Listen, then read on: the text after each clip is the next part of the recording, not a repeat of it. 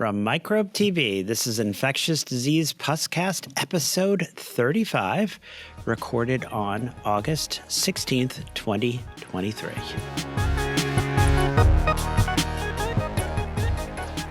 I'm Daniel Griffin, and not joining me today is Sarah Dong. Hopefully she'll be back in a few weeks.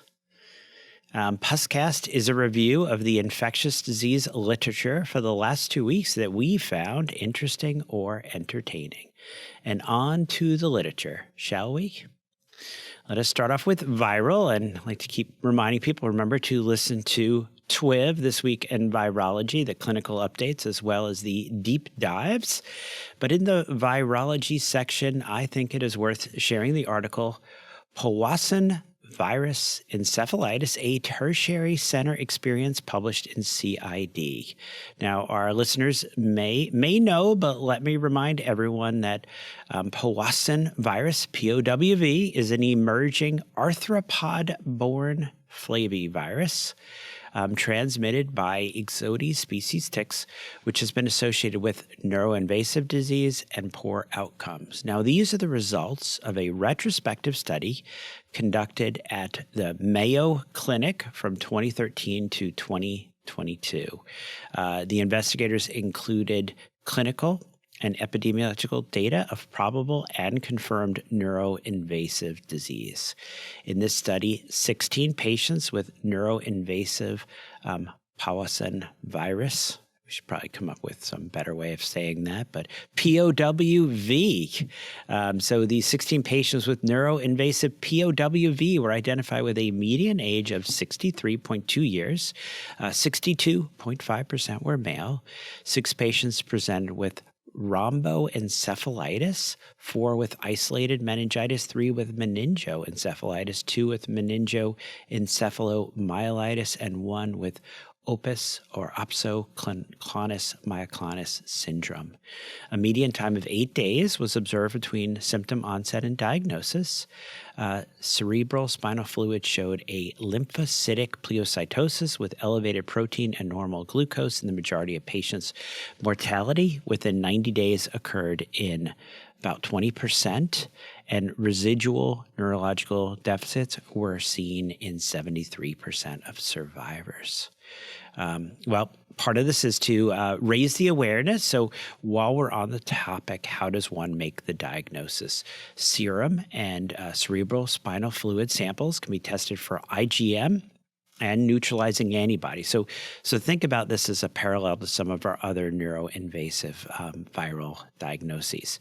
The diagnosis of Powassan virus infection can be made by demonstration of IgM antibody by Keptra immunoassay of CSF, a 4-fold rise in serum antibody titers against the virus, so that convalescent plasma, or isolation of virus from or demonstration of viral antigen or genomic sequences in tissue, blood, or CSF. It's recommended that serum IgM antibodies be confirmed by demonstration of neutralizing antibodies. And just to ruin everyone's day, experimental studies suggest that Powassan virus can be transmitted within 15 minutes of tick attachment. That sort of goes against our reassuring, if it's only just there and you just get it off, if it hasn't been there for a day or two. Well, with this virus, it's a little bit different. All right, moving on to bacterial. Be sure to listen to the gang at TWIM This Week in Microbiology. Always an enjoyable listen. Now, I was a bit disappointed when I read the following article, Diagnostic Accuracy of Hospital Antibiograms in Predicting the Risk of Antimicrobial Resistance in Enterobacteriaceae Isolates, a nationwide multi-center evaluation at the Veterans Health Administration, published in CID. Now, here the investigators retrospectively generated hospital antibiograms for the nationwide Veteran Health Administration facilities from 2000 to 2019 using all clinical culture specimens positive for E. coli and Klebsiella species. Then they assess the diagnostic accuracy of an antibiogram to predict resistance for isolates in the following calendar year using logistic regression models and a predefined 5-step interpretation threshold system. Seems pretty simple. Look at the antibiogram, and if, for instance, 80% of isolates are sensitive to a certain antibiotic, then you should probably be right 80% of the time if you pick that antibiotic. Now, what did they find? Pretty robust here among 127 facilities, 1,484,038 isolates from 704,779 patients for E. coli and 671,035 isolates from 340,504 patients for Klebsiella were available for analysis. For E. coli and Klebsiella, the discrimination abilities of, and I think this is really important, hospital-level antibiograms in predicting individual patient antimicrobial resistance was poor. Poor for ceftriaxone, poor for fluoroquinolones, poor for trimethoprim sulfa. The sensitivity and specificity of the antibiogram varied widely by antimicrobial groups and interpretation thresholds. So, did the sky just fall? What is going on here? Well, to dig a little bit into the weeds, as you notice, they're talking about hospital-wide. And they do talk about the importance of drilling down because as we do well know, and I don't want this article to sort of ruin all our ideas, the resistance rates in the emergency room, on the general medical floor, in the ICU can be quite different from hospital-level antibiograms. So I'm not sure we are throwing out those antibiograms, but I do think just relying on hospital-wide antibiograms is associated with lots of trouble. All right. Now the article, Timely Diagnosis of Incubating Syphilis Infections Using Treponema pallidum Transcription-Mediated Amplification Assay, was recently published in CID. Now, between September 2021 and August 2022, visits of all participants of the National PrEP program at the Sexual Health Center in Amsterdam were included. Anal, pharyngeal, vaginal, and urine samples collected for chlamydia trachomatis and Neisseria gonorrhea screening were additionally tested with this Treponema pallidum TP-TMA assay, looking at detection of 23S RNA of Treponema pallidum syphilis. In total, 9,974 visits from 3,283 participants. Some people are coming back a third time, were included. There were 191 infectious syphilis cases diagnosed. 14% were primary, 29% secondary, and 58% early latent syphilis. In 41% of these syphilis cases, at least one sample was TP-TMA positive. For 16 participants, the positive TP-TMA result was not concordant with routine diagnostics. Of those, 2 participants were treated for syphilis within a week before the visit. 8 participants were treated for a syphilis notification at the visit or for another sexually transmitted infection. 5 participants were diagnosed with syphilis in the following visit, and 1 participant was lost to follow-up. All right. The impact of, and I love this, the impact of rapid identification and stewardship intervention on coagulase negative Staphylococcus bloodstream infection was recently published in OFID. Now, this is the common scenario where it too often seems an intern gets a call in the middle of the night that a blood culture has gram-positive cocci, and before you can say, "Bob's my uncle," a dose of vancomycin is given, a repeat blood culture is ordered, and the person then ends up staying in the hospital. Now, this adds an average 5 days to the hospital stay, unnecessary exposure of our patient to a toxic medication, and the patient being woken to get stuck with needles. Now, in some settings, if one waits just 3 hours, a rapid PCR comes back, letting one know it is coag negative staph. And as we see here with an algorithm-based stewardship, all this trouble can be reduced. As they show in a very complicated table, significant reductions in antibiotic DOT were observed in the post-RDT, post-algorithm period, but not in the post-RDT pre-algorithm period. Basically, that rapid PCR, if properly used, can prevent these extra 5 days of hospital stays, prevent the unnecessary exposure of toxic medication, and prevent all the discomfort that our poor patients seem to experience.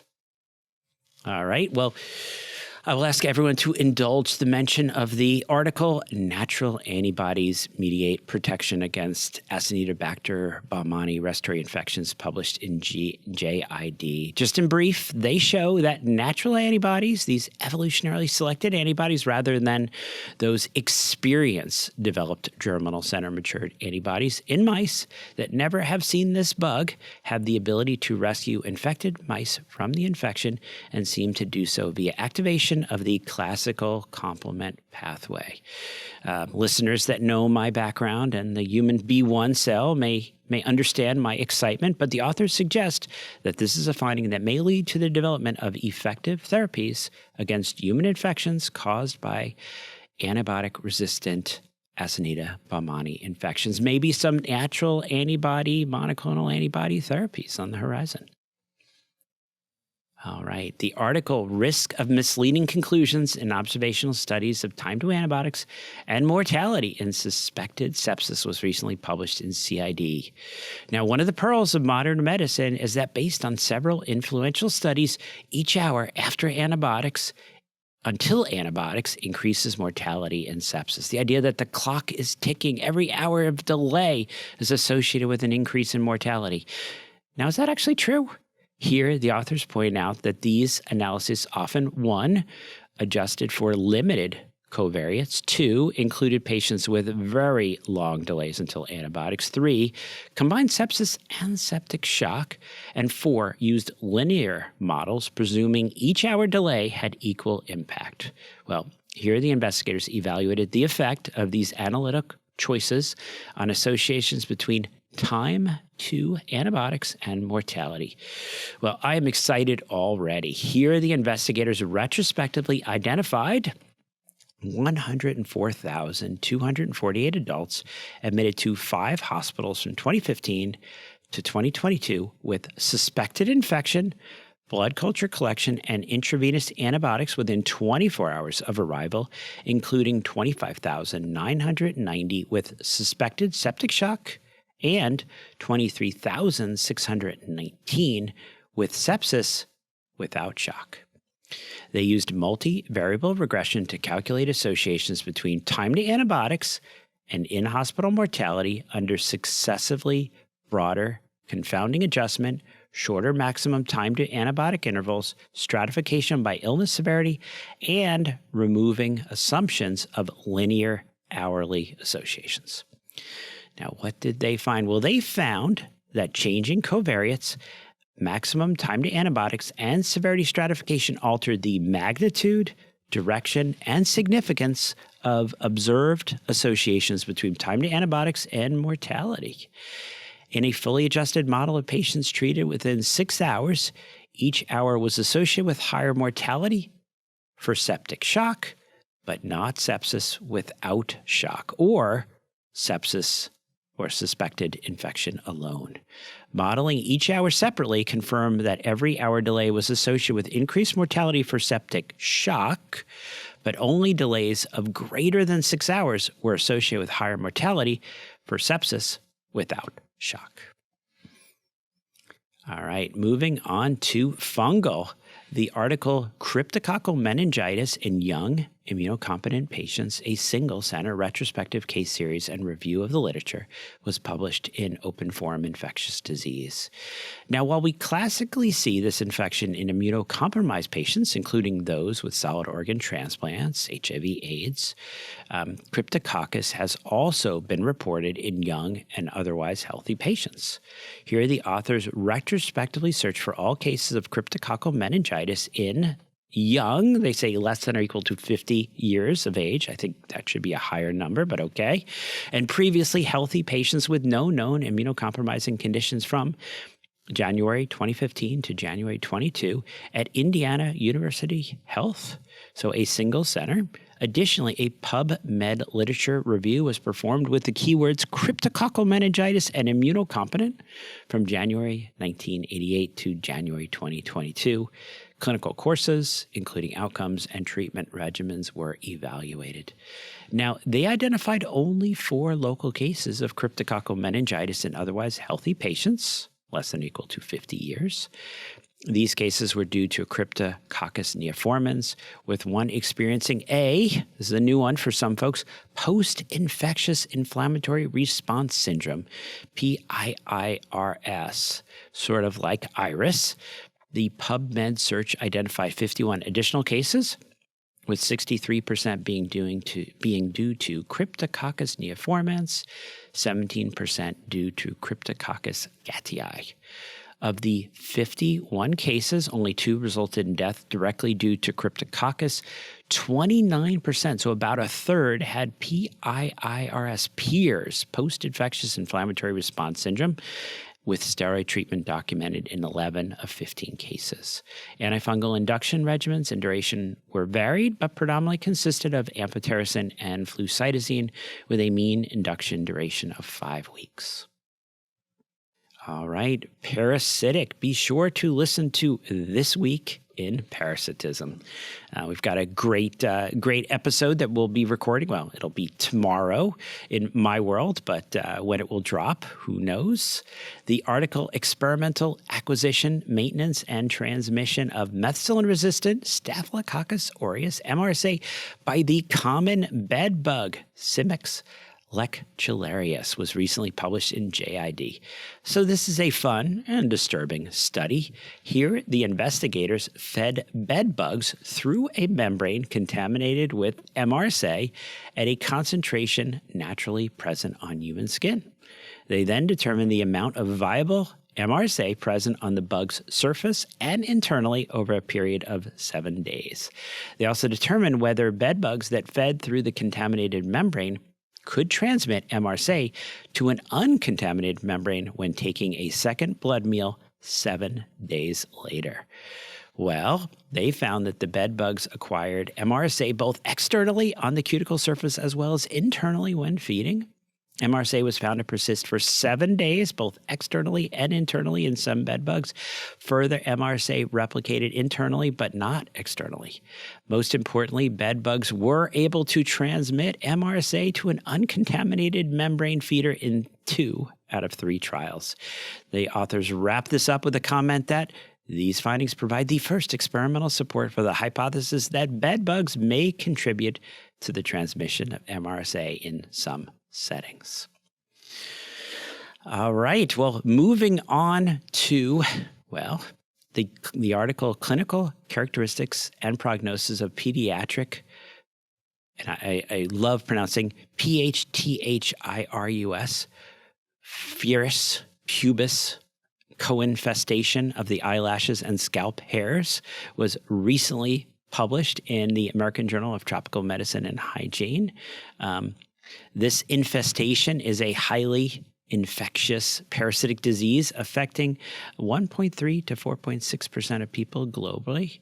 However, the co-infestation of P. pubis on the eyelashes and scalp hairs of children is reportedly uncommon, and the clinical characteristics and prognosis have not been fully studied. Well, here we go. In this retrospective study, they report 5 pediatric patients diagnosed with eyelash and scalp co-infestation of P. pubis. Numerous lice and nits were detectable on the eyelashes and scalp hairs in all enrolled patients. The ages ranged from 2 to 5 years. The duration of onset ranged from 3 to 10 days. The common clinical presentations were itching, 100%, conjunctivitis, 60%. Treatment included eyelash and scalp hair trimming to the root, 100%, mechanical removal of parasites, 100%, in addition to topical tobramycin ointment, 100%, and in 80% of cases, they used phenanthrene shampoo. Symptoms resolved by 1 week follow-up. All right, and we are going to wrap things up with our miscellaneous section, the article, Prognostic Significance of Lymphocyte Subpopulations for ICU-Acquired Infections in sepsis patients, a retrospective study published in the Journal of Hospital Infection. Now, everyone who has had me as their attending cannot fail to remember my comparison of a total white blood cell count, or WBC in the complete blood count, or CBC, like walking into a restaurant and seeing the one word food on the menu. What food? And dare I say, what white blood cells? Are these neutrophils, basophils, eosinophils, monocytes, lymphocytes? What about NK cells? Could you imagine how much I would love to not only know that there were lymphocytes, but are they T cells? Are they B cells? Or lo and behold, what type of T cells? Well, here the investigators collected data on peripheral blood lymphocyte subpopulations, CD3 positive T cells, CD4 positive T cells, CD8 positive T cells, CD16 positive, CD56 positive NK cells, CD19 positive B cells from 188 sepsis patients admitted to the ICU between January 2021 and October 2022. Clinical data was also collected from these patients, including their medical history, number of organ failures, severity of illness scores, and characteristics of infections acquired from the ICU.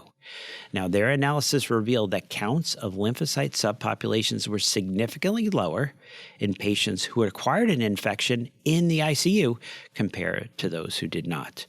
Univariate analysis showed that the number of organ failures, odds ratio of 3.37, disease severity course, SOFA odds ratio of 1.69, history of immunosuppressant use, number of organ failures, and lymphocyte subpopulations, and they give us CD3 positive T cells associated with an OR ratio of 0.6, CD4 positive T cells, OR 0.51, NK cells, etc., were associated with ICU-acquired infections. So just to wrap this all up, all this complicated, how knowing a little more can help predict the future. Multi-factor logistic regression analysis demonstrated that APACHE-2, CD3 positive T cell, CD4 positive T cells were independent risk factors for ICU-acquired infections, and the odds ratio 1.25, 0.66, 0.64, showing significant associations. All right, let me wrap that up. This brings us to the end of this Puscast. As always, the references for this show are available at microbe.tv, the home of our multimedia empire. You can find the Infectious Disease Puscast at Apple Podcasts, microbe.tv/Puscast. We love to get your questions, comments, and paper suggestions. Send them to puscast@microbe.tv.